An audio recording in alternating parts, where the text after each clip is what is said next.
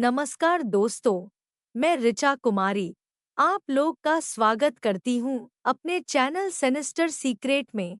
आज मैं एक ऐसी कहानी लेकर आई हूँ जो माँ बेटी की कहानी है। ऐसी दुनिया में किसी की भी बेटी ना हो, कहानी को सुनिए। कहानी अच्छी लगी तो चैनल को सब्सक्राइब कर दीजिए, लाइक कर दीजिए, कमेंट कर दीजिए। गैस एजेंसी के कामों में व्यस्त रहने की वजह से राजेंद्र कौर बेटी इंद्रराज कौर को पैसे तो उसके मनमाफिक देती थी, लेकिन संस्कार नहीं दे सकी। इससे बेटी के कदम बहक गए।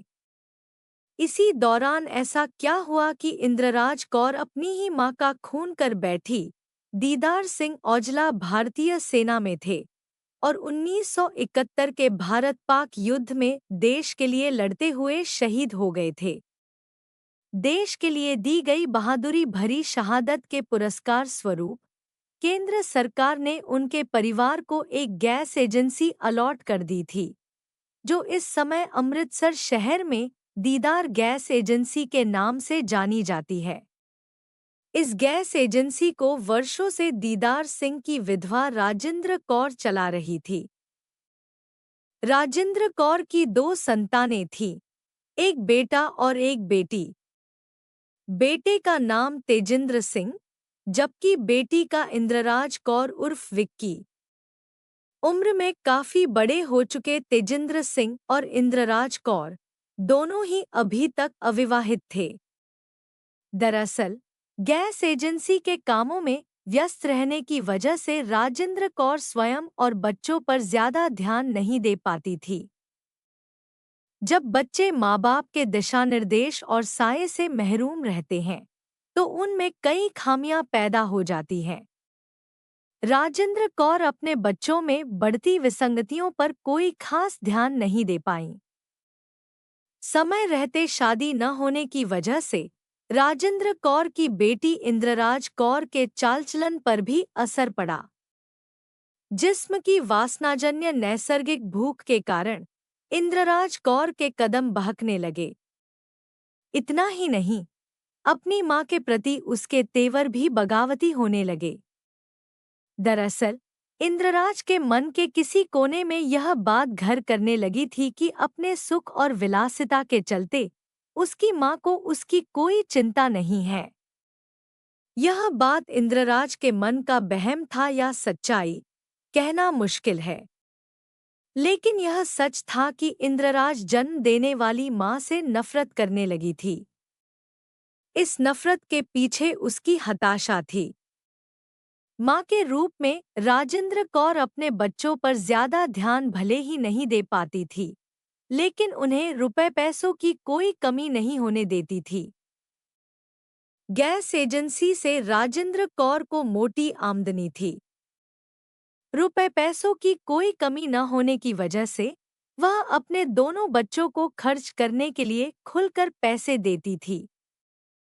इंद्रराज ने खर्चे के लिए मां से मिलने वाले पैसों का इस्तेमाल जिस्मानी रूप से रंगलियां मनाने के लिए किया। पैसों के जोर पर वह अपने से कहीं कम उम्र के युवकों के साथ सेक्स संबंध बनाने लगी। दूसरे शब्दों में कहा जाए तो पैसों के जोर पर इंद्रराज ने कई प्रेमी पाल लिए थे। उसके इन सभी प्रेमियों की स्थिति एक तरह से सेक्स दासों जैसी बद थी। पैसे देकर वह उन्हें अपनी सेक्स जरूरतों के लिए मनमाने ढंग से इस्तेमाल करती थी। इंद्रराज उर्फ विक्की के तमाम प्रेमियों में से उसके सबसे करीब और विश्वसनीय था मूल रूप से हिमाचल प्रदेश के नूरपुर का निवासी गणेश शर्मा। शारीरिक रूप से काफी मजबूत गणेश शर्मा भुल्लर अस्पताल में काम करता था। भुल्लर अस्पताल अमृतसर के गोल्डन एवेन्यू स्थित इंद्रराज के घर के एकदम करीब ही था।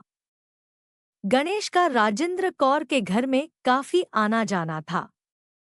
दरअसल राजेंद्र कौर जब कभी भी अस्पताल जाती थी, उन्हें इंजेक्शन लगाने और उनका ब्लड प्रेशर चेक करने गणेश ही आता था।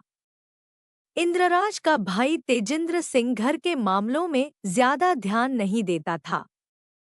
वह गैस एजेंसी के काम में अपनी माँ का थोड़ा बहुत हाथ जरूर बटाता था, लेकिन ज्यादातर अपने यार दोस्तों की पार्टियों में ही मस्त रहता था। अपनी रंगलियों के लिए इंद्रराज कौर अक्सर अपनी माँ राजेंद्र कौर से पैसों की मांग करती रहती थी। पैसों को लेकर इंद्रराज की बढ़ती मांग से राजेंद्र कौर भी काफी परेशान हो गई थी। जब कभी राजेंद्र कौर इंद्रराज से दिए हुए पैसों का हिसाब मांगती, तो वह कोई संतोषजनक जवाब नहीं देती थी। जबकि राजेंद्र कौर के लिए वह जानना जरूरी था कि वह उसे जो पैसे देती है, वह उसका करती क्या है।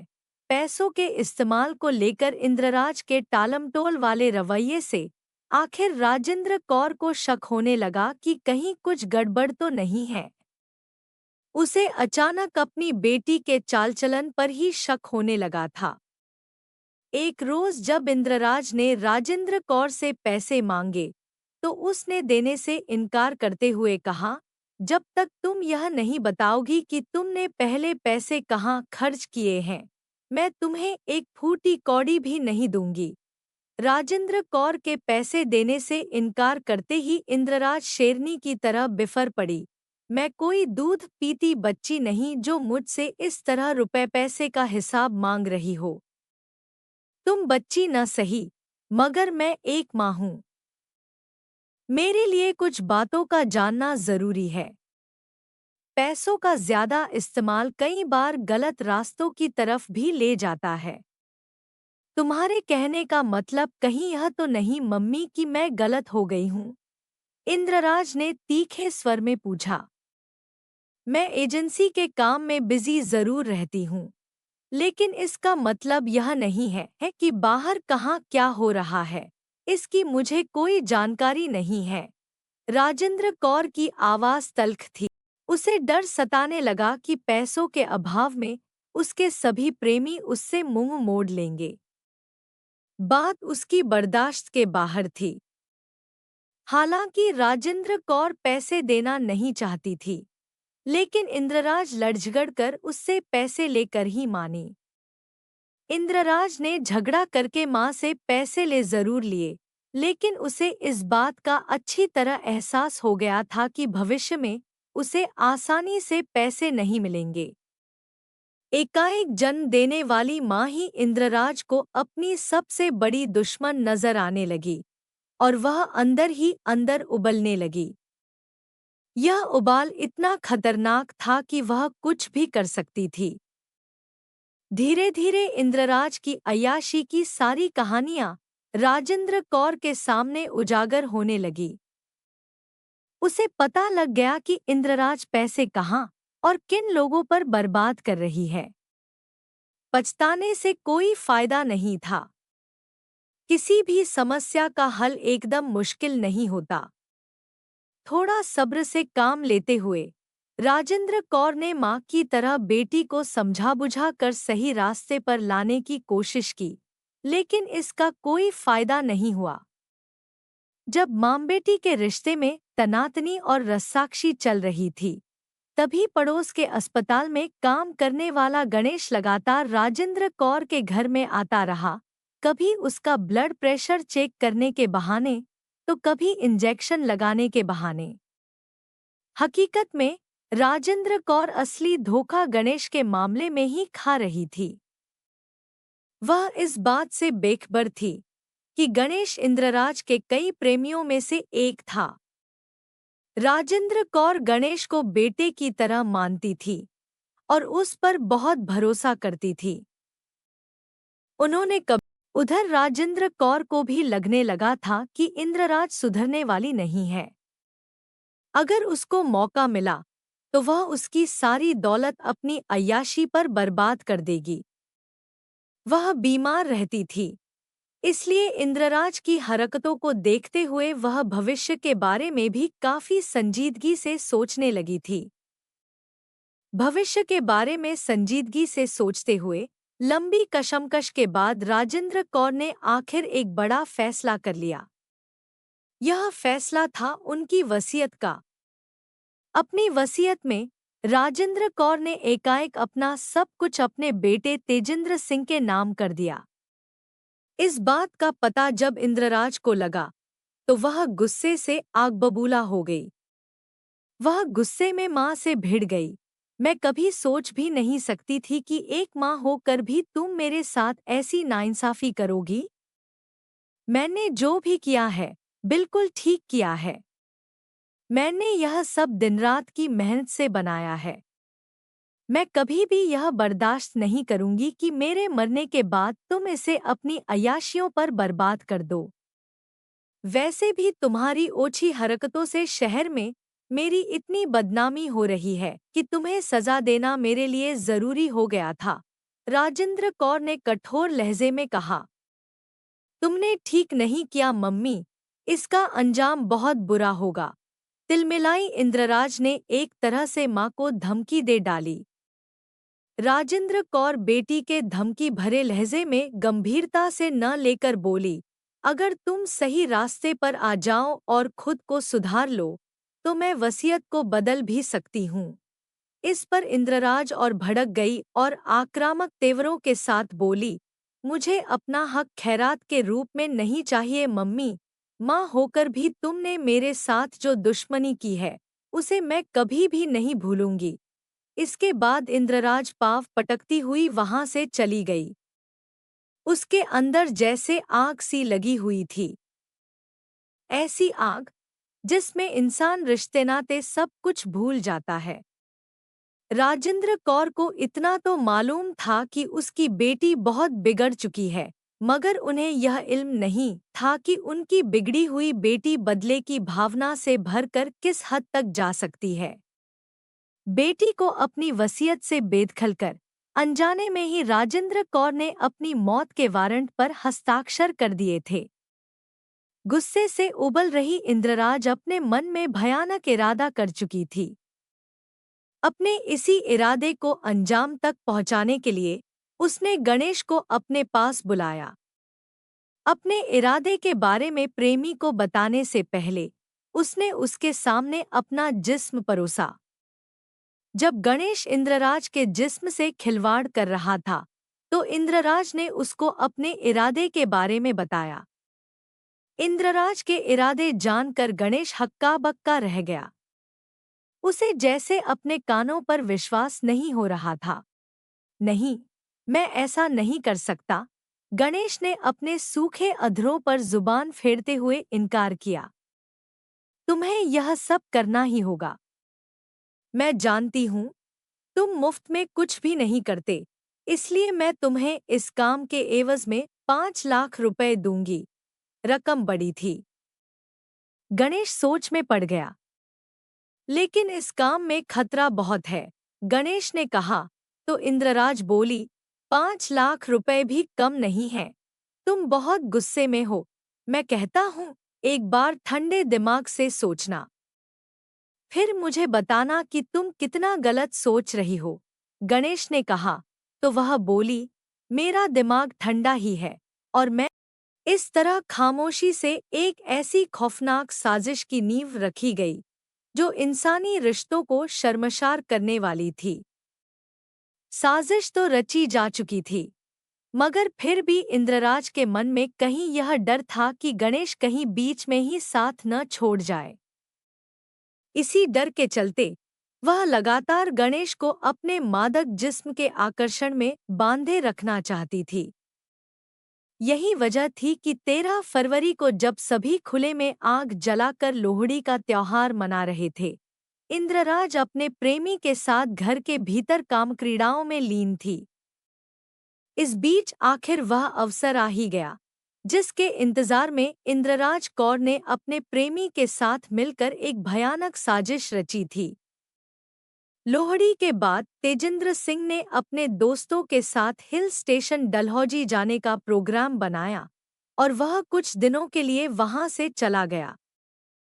तेजिंद्र के डलहौजी चले जाने के बाद एकाएक इंद्रराज ने भी किसी बहाने से दिल्ली जाने का कार्यक्रम बना लिया।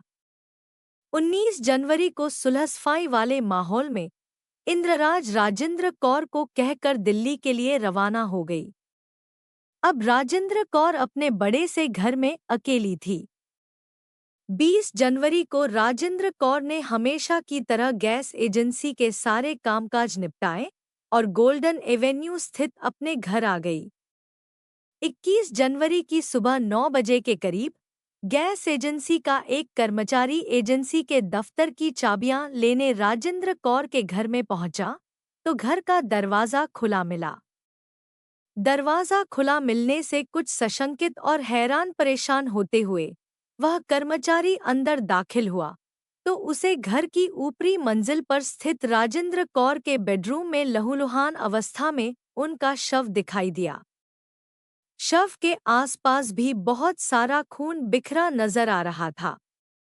ऐसा लगता था जैसे उन्हें बड़ी ही बेरहमी के साथ मारा गया हो। इस भयानक दृश्य को देख भयभीत और बदहवास कर्मचारी ने घर से बाहर निकलकर शोर मचाया, जिससे आस पड़ोस में रहने वाले लोगों की भीड़ जमा हो गई। घटना की जानकारी पुलिस को दी गई। कुछ ही देर में पुलिस के आला अधिकारियों समेत कई पुलिस थानों के प्रभारी घटनास्थल पर पहुंच गए।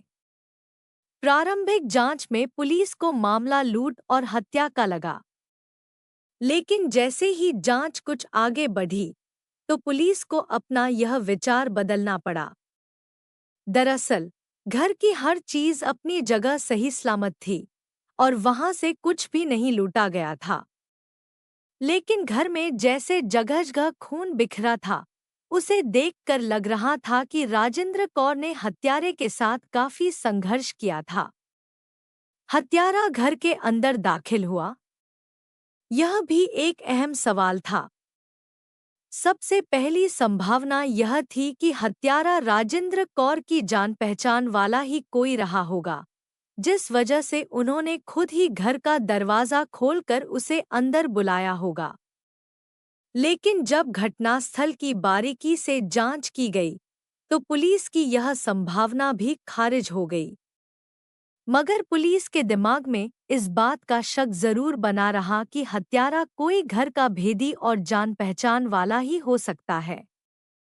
पुलिस ने गैस एजेंसी के कर्मचारियों और राजेंद्र कौर की जान पहचान के लोग इस रस्सी का दूसरा सिरा घर की ऊपरी मंजिल की बालकनी तक जाता था। बालकनी से ही उस रस्सी को खींचकर नीचे आए बिना ही दरवाजे को खोला जा सकता था।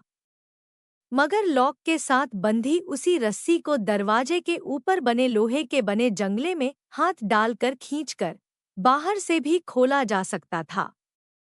इस बात को घर वालों के अलावा कोई भी नहीं जानता था।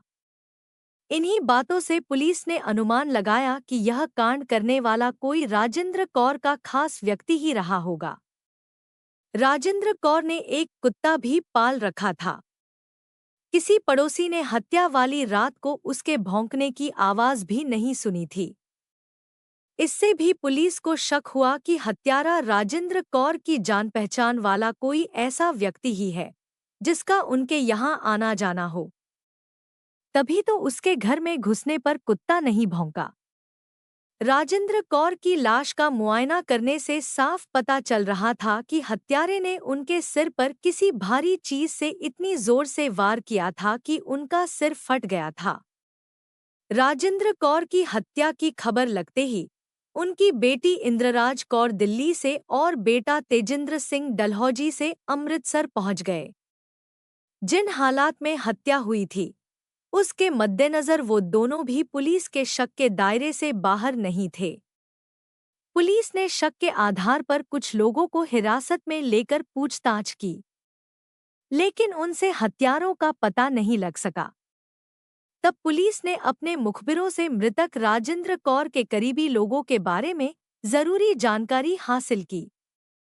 इससे पुलिस को कुछ ऐसी बातें पता चलीं जो अंधेरे में हाथ पांव मार रही पुलिस की जांच को एक दिशा देने वाली थी। इससे पुलिस को मृतका की बेटी इंद्रराज कौर और उसके प्रेमी गणेश पर शक हो गया। पुलिस को उनके संबंधों के बारे में जानकारी ही नहीं मिली, बल्कि इस बात का पता भी चला कि हत्या वाली रात को इंद्रराज कौर दिल्ली में न होकर अमृतसर के ही एक होटल में थी।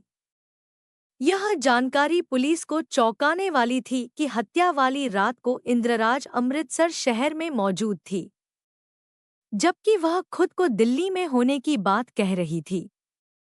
अब सवाल यह था कि वह इतना बड़ा झूठ क्यों बोल रही थी। गणेश के साथ इंद्रराज के अवैध रिश्ते और हत्या वाली रात को दिल्ली में न होकर उसका गुपचुप तरीके से अमृतसर में होना राजेंद्र कौर की हत्या की उलझी कड़ियों को जोड़ रहा था। पुलिस ने बिना देरी किए इंद्रराज के प्रेमी गणेश को हिरासत में लेकर उससे सख्ती से पूछताछ की, तो उसने राजेंद्र कौर की हत्या का सारा सच उगल दिया। उसने माना कि उसने राजेंद्र कौर की हत्या पैसों के लालच में इंद्रराज कौर के कहने पर की थी। हत्या में प्रयुक्त हथियार के रूप में उसने लोहे की एक रॉड का इस्तेमाल किया था। सब कुछ योजना बनाकर किया गया था। तेजिंद्र सिंह अपने दोस्तों के संग डलहौजी गया हुआ था। किसी को उस पर शक न हो, यह ख्याल करके इंद्रराज बहाना बनाकर 19 जनवरी को दिल्ली अपने किसी अन्य प्रेमी के साथ ठहर गई थी। लेकिन 20 जनवरी 2015 को चुपके से वापस आकर एक होटल में अपने किसी अन्य प्रेमी के साथ, कैसी विडंबना थी। 24 जनवरी को पुलिस ने इंद्रराज कौर को अपनी मां की हत्या के आरोप में गिरफ्तार कर लिया। गिरफ्तारी के वक्त इंद्रराज के चेहरे पर कोई पछतावा नहीं था। वह एकदम भावविहीन थी। इस समय इंद्रराज कौर और गणेश शर्मा दोनों ही जेल में हैं। पुलिस शीघ्र ही उनका चालान अदालत में प्रस्तुत करने वाली है। बच्चों को प्यार देना जरूरी है, लेकिन बिना सीमाओं के दिया गया प्यार अक्सर उनके भविष्य को खतरे में डाल देता है। अंधी आज़ादी, गलत संगत और बिना जिम्मेदारी के जीवन अपराध की ओर धकेल देते हैं। जब इंसान पैसों, इच्छाओं और स्वार्थ के पीछे अंधा हो जाता है तो वह अपना सबसे पवित्र रिश्ता भी भूल जाता है। इंद्रराज ने यही गलती की। माँ बाप हमारी सबसे बड़ी नेमत होते हैं। जो लोग अपने ही माता पिता का अपमान करते हैं, उनके जीवन में कभी शांति नहीं रहती। इंद्रराज जैसी सोच समाज और परिवार दोनों को धर देती है। कई बार समय पर दी गई एक सख्त सजा जिंदगी भर के गुनाह को रोक सकती है। राजेंद्र कौर ने बेटी को समझाया जरूर, लेकिन सीमाएं तय न होने का नतीजा खतरनाक निकला। जहां लालच और गलत संगत होती है, वहां से इंसानियत सबसे पहले मरती है। आप अपनी डाइट कमेंट बॉक्स में जरूर लिखें।